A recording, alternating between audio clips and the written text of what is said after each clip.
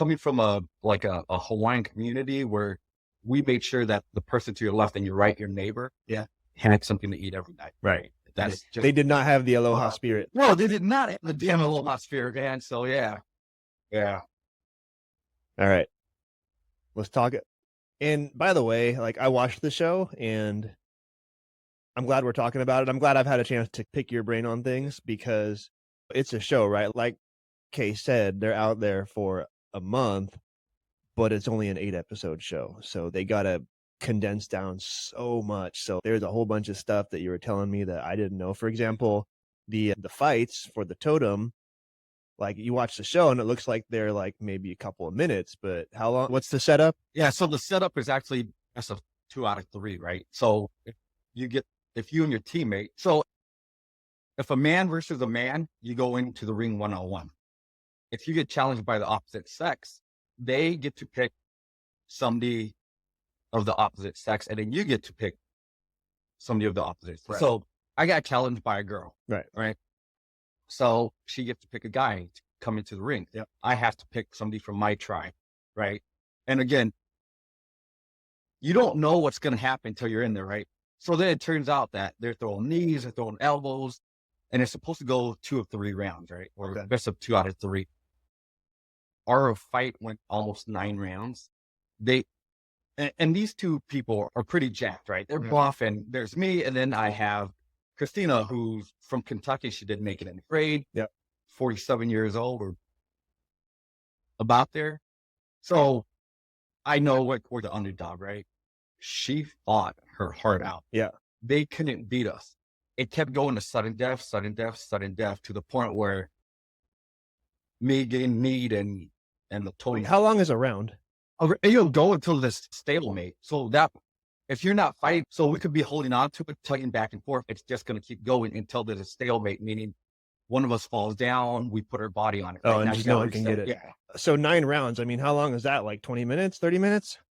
Easily, right? Yeah. But seriously, it looks like it's 2-3 minutes on the show. So, right. And it looks like there's only one round, like they get it, right? So it's just interesting how, but again, the producers didn't know that it was going to be that aggressive, right? Because they did testing stuff and they talked to the Fijians and, hey, this is a game you probably want to do. It's a friendly game, right? It's probably a friendly game, but when you put money in the mix, money and people going home, it becomes pretty physical, right? It's not just a tug of war.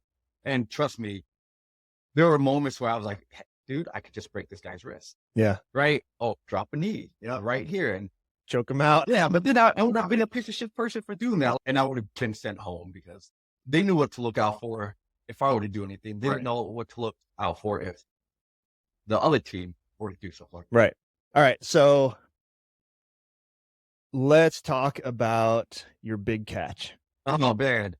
Well, in my opinion, there was a lot of big catch, right? Okay. So the python, the 2 coconut crab, one of them, I had to climb a tree with a fractured rib to actually get this coconut crab. And I still remember the look of the safety team that was there and the producer that was there. They had no idea I was just going to jump on this tree and climb it. Yeah. And we just caught that python, right? So they think we're going back. I literally look up and I see the coconut crab. Yeah. I'm like, damn.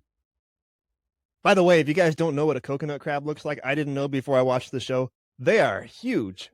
Like it's a coconut crab could obliterate your chihuahua. Yeah, easily, easily, right? Everybody goes, oh, that tree's got to be at least 40 foot tall, right? After I did the climb. So I get up there and I tune everything out, right? Yeah. I'm in the zone. I'm like, just don't die. That's good advice. It's a giant tree, but then the coconut crab is on a coconut tree, right? Yeah. So it's this giant tree, and then you have this coconut tree that kind of runs through it. Okay. And he's at the top. So you got to... Just don't die. I like your self-talk. It's very simple. Yeah. Just don't die. What more do you need? Like, die, right? So I was trying to be positive as I was climbing up. Okay, don't die. Right. Perfect. Okay, let's flip the switch there, right? Let's use positive talk, right? Just keep climbing, right? That's very David Goggins-esque of you. Right? If I say don't die, I'm probably going to hear that last word, die, right? Yeah. die, right? So I just said, keep climbing. Yeah. That was now in my head, keep climbing. So I get there. At this point, I haven't looked down yet. So I look down like, oh man, dude, I'm pretty high up. And then the wind starts blowing and palm trees coconut trees go back and forth, right? With the wind. And I'm like, okay, dude, awesome. Well, hey, if you're going to go out, right, better to go out falling from a coconut tree than from an injury. Right? So, I got to lose at this point, right? So I grabbed the coconut tree or the coconut crab and I'm screaming down to my two, friends at the bottom, Stephanie, Jonathan, like, are you guys down there? Yeah. So I go to throw, I literally grab them by the tail and just fling them because they have a crusher claw and then like a more of a fine motor, like pincher claw, right? Yeah. They will take chunks out of the coconut tree as they're climbing it. So there's just these big chunks of like coconut tree missing because they're climbing up. Because they can dismember a coconut, right? They will crack a coconut and then eat it, right? That's pretty wild. Yeah, well, the first one I caught was just walking on the beach at the time. So, and they're super slow on the sand, right? Yeah. Was able to get that. We ate that already.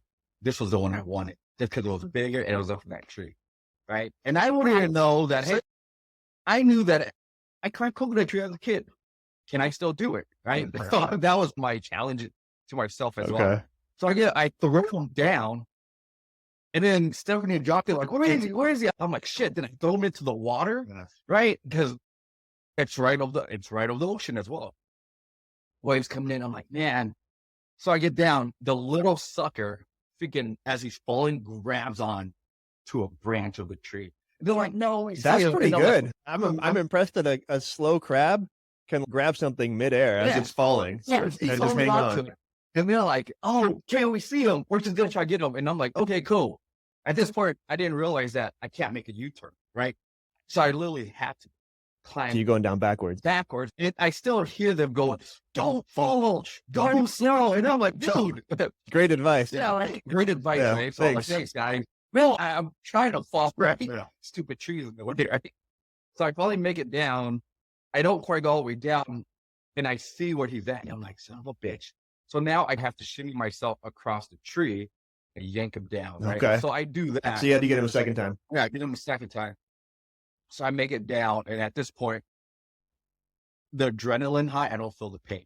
So we walk maybe a mile back. With your snake and your crab. With the python here and the coconut crab, right? We feed everybody. Yeah. Then we still had stuff left over, and I'm like, guys, I saw pig tracks. I want to go back. And we hear them at night squealing stuff, right? Yeah. They're all over the place. Went back. I rested out for 2 days, just eating python and coconut crab, right? By the way, we also caught 2 giant clam. Oh, and a bunch of conch shell. But we made sure to leave a bunch in the ocean. I mean, we didn't want to just harvest everything. Right. So we took what we needed. Yeah. Because that was one of my things, like, hey, guys, I don't want to waste food. We're going to take what we need. Yeah. And leave the rest in. And everybody in my tribe was okay with that. If we got to go out the next day and survive by catching and harvesting and foraging, that's what we're going to do, right? As long as we were staying active, the days just flew by. One of the tribe member was able to she went snorkeling, and when I say snorkeling, she just had a mask. Yep. She got conch shell. And again, people are like, hey, Kay, we don't know how to break into the conch shell. Yep. So then here I am, injured, just did all this stuff, right? And I was more than happy to do it, right? Because I was putting out, right? And I'm not saying that everybody else wasn't putting out. It's just I knew what to do. And people were really good about, hey, I need you to do this, or hey, I need help with this.